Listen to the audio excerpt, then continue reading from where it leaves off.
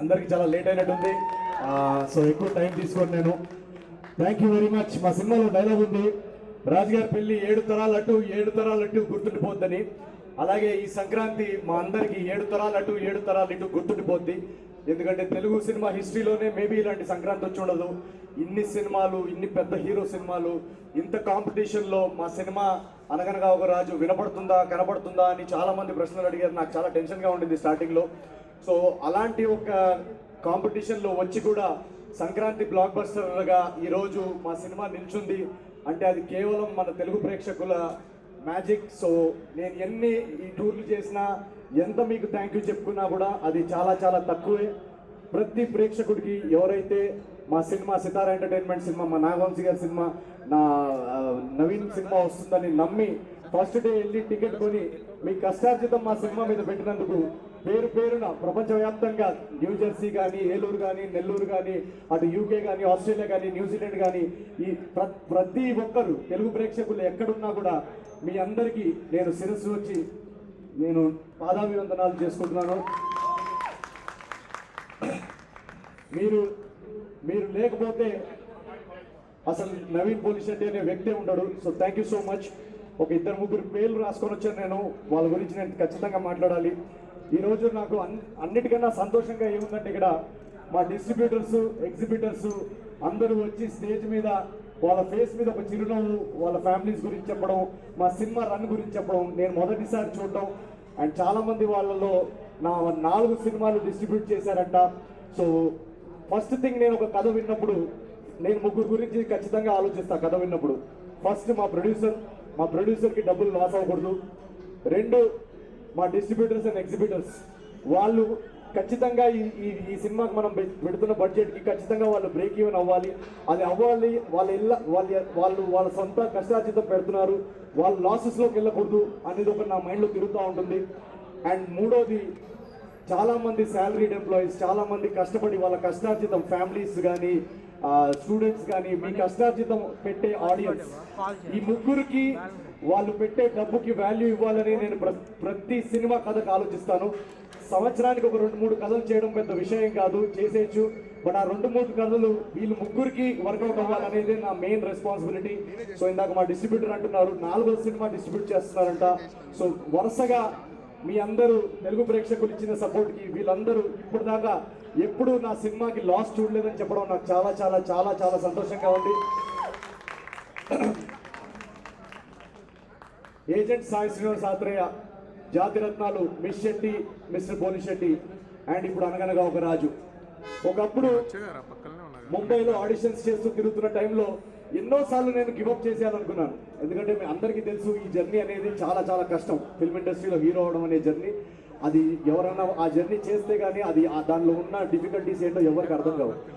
ఇలాంటి ఆ రోజులు నాకు గుర్తొస్తున్నాయి. చాలా రోజులు యూట్యూబ్లో వీడియోస్ చేస్తున్న టైంలో యూట్యూబ్ నుంచి సినిమాకి వచ్చి హీరో అయిన వాళ్ళ ఎగ్జాంపుల్స్ ఎవరు లేరు. అసలు అది చరిత్రలో జరగలేదని చాలామంది నన్ను నిరాశపరిచారు ఆ టైంలో. సో కట్ చేస్తే ఈరోజు తెలుగు ప్రేక్షకులు వరుసగా 4 బ్లాక్ బస్టర్లు అందించారు. So thank you so much. అందరూ కష్టపడతాము, అందరూ టాలెంటెడే, కానీ దీనిలో ఒక ఎక్స్ఫాక్టర్, ఈ విజయాల్లో ఒక ఎక్స్ఫాక్టర్, ఒక మ్యాజిక్ అనేది జరుగుతుంది. ఆ మ్యాజిక్ అనేది మీరందరూ చూస్తున్నారు కదా, మీ అందరి నుంచి వస్తుంది. So thank you.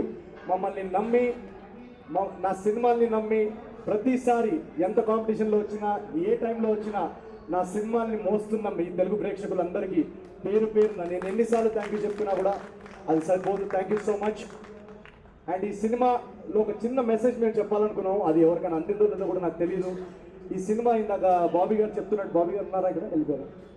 ఇందాక బాబీ అన్న చెప్తున్నట్టు ఈ సినిమా రైటింగ్ చాలా చాలా కష్టమైంది. ఎందుకంటే అప్పుడు నాకు మేజర్ యాక్సిడెంట్ జరగడం వల్ల ఈ సినిమా కథ రాయడం అప్పుడే మొదలెట్టాను.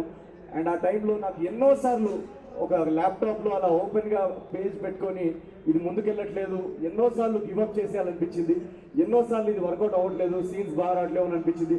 బట్ సమ్హౌ నేను, మా రైటర్ చిన్మయ్, తర్వాత మారి మమ్మల్ని జాయిన్ అయ్యి మేమందరం ఒకరినొకరిని పుష్ చేసుకొని ఆ 1.5 ఇయర్ స్క్రిప్టింగ్లోనే ఎలాగైనా మన పండక్కి సినిమా తీసుకురావాలి.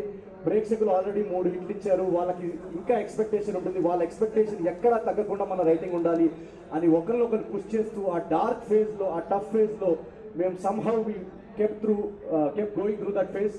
సో ఈ ఎగ్జాంపుల్ నేను ఎందుకు ఇస్తున్నానంటే మీ అందరి లైఫ్లో కూడా ఏదో ఒక ఆబ్స్టకల్స్, ఏదో ఒక టఫ్ ఫేజ్ వస్తుంది, ఏదో ఒక లో ఫేజ్ వస్తుంది. మనకి లేచి ఇంటి నుంచి బయటికి రావాలనిపించదు, మనకి మళ్ళీ ట్రై చేయాలనిపించదు. అలా అనిపించినప్పుడు ఈ అనగనగా ఒక రాజు, ఈ నవీన్ పోలిశెట్టి జర్నీని ఒక్కసారి మీరు గుర్తు చేసుకొని మళ్ళీ ఒకసారి లేచి ట్రై చేయండి. మీరు ట్రై చేస్తే ఖచ్చితంగా, మీరు హార్డ్ వర్క్ చేస్తే ఖచ్చితంగా on the other side success is waiting for you. అదైతే నేను ఈ జర్నీలో మా సినిమాలో మేము చెప్పింది కూడా, రాజు క్యారెక్టర్ యాక్చువల్గా కష్టపడకుండా కోట్లు వచ్చేస్తే బాగుండని అనుకునే క్యారెక్టర్. ఈ సినిమాలో కూడా మేము చెప్పాలి అనుకుంది అదే. కష్టపడకుండా ఏది లేదు లైఫ్లో, షార్ట్ కట్స్ లేవు లైఫ్లో సక్సెస్కి. సో రాబోయే జనరేషన్ యూత్ కూడా మేము అందించాలనుకున్న మెసేజ్ కూడా అదే. So once you work hard, definitely there is success on the other side. And ఈ రైటింగ్ ప్రాసెస్లో కానీ మేము టైం తీసుకొని దాన్ని రాయాలనుకొని మా ఇంటెన్షన్స్ ఎంత జెన్యున్గా ఉన్నా ఆ ఇంటెన్షన్స్ని సపోర్ట్ చేసి మేము చెప్పాలనుకుంటున్న కథ, మా తపన అర్థం చేసుకునే ప్రొడ్యూసర్ దొరకడం చాలా ఇంపార్టెంట్. సో ఈ మొత్తం జర్నీలో మమ్మల్ని అందరినీ మాకు ఎంత టైం కావాలో రైటింగ్ అంత టైం ఇచ్చి మాకు ఏం కావాలో సినిమాకి సపోర్ట్ చేసిన మా నాగవంశీ గారికి ఒకసారి వేసుకోండి. వెనకాల నుండి ఫస్ట్ డే నుంచి మేము నరేషన్ చెప్పిన దగ్గర నుంచి ఆయన కథలో నమ్మి మాకు ఏం కావాలో ఎంత టైం కావాలో ఇచ్చి ఈరోజు ఈ క్వాలిటీ ప్రోడక్ట్ రావడానికి ఒక సైలెంట్ ఫోర్స్ వెనకాల నాగవంశీ గారు. అలాగే మా ఒక విషయం చెప్పాలి, చిన్బాబు గారు కానీ, త్రివిక్రమ్ గారు, మన రాధాకృష్ణ గారు కానీ, వాళ్ళిద్దరికి కూడా నేను చాలా మనస్ఫూర్తిగా నేను థ్యాంక్ యూ చెప్పాలనుకుంటున్నాను. ఎందుకంటే ఈ సినిమా మేము షూట్ చేసి చూపించిన తర్వాత రాధాకృష్ణ గారికి చూపించినప్పుడు ఆయన ఎలా అర్థం చేసుకుంటారు, ఏం చెప్తారు, ఏంటి అనే ఒక కొంచెం నర్వస్నెస్ ఉండింది. బట్ చూసిన వెంటనే ఒక జెన్సీ ఆడియన్స్ ఎలాగైతే రియాక్ట్ అవుతారో, ఒక యంగ్ కాలేజ్ ఆడియన్స్ ఎలాగైతే రియాక్ట్ అవుతారో, అదే మీటర్లో చిన్బాబు గారు కానీ, త్రివిక్రమ్ గారు కానీ సినిమాను అర్థం చేసుకొని ఎవరన్నా ఇది ఉంచుదామా లేదా అనే ఒక డౌట్ అడిగితే కూడా లేదు, ఇది వాళ్ళు నమ్ముతున్నారు, వాళ్ళు కూడా దాన్ని నమ్మి ఇది పెట్టాలి. త్రివిక్రమ్ గారు డైలాగ్ కూడా ఉన్నట్టుంది, ఎక్కడ తగ్గాలో, ఎక్కడ నెగ్గాలో, ఎక్కడ తగ్గాలో అలాంటి ఒక డైలాగ్. సో అలాగే ఎడిట్లో ఏది ఉంచాలో తెలిసిన వాళ్ళు కూడా గొప్ప. సో అలా ఒక క్రియేటివ్గా మాకు ఆ ఫ్రీడమ్ ఇచ్చి మా జడ్జ్మెంట్ని ట్రస్ట్ చేసినందుకు వీళ్ళందరికీ, సితారా ఎంటర్టైన్మెంట్స్లో వీళ్ళందరికీ పేరు పేరున థ్యాంక్ యూ వెరీ మచ్. ఈరోజు అనగనగా ఒక రాజు ఇంత గ్రాండ్ సక్సెస్ అవడానికి వీళ్ళందరూ బిహైండ్ ద సీన్స్ ఉంటూ మమ్మల్ని పవర్ చేసిన ఈ team, thank you very much. And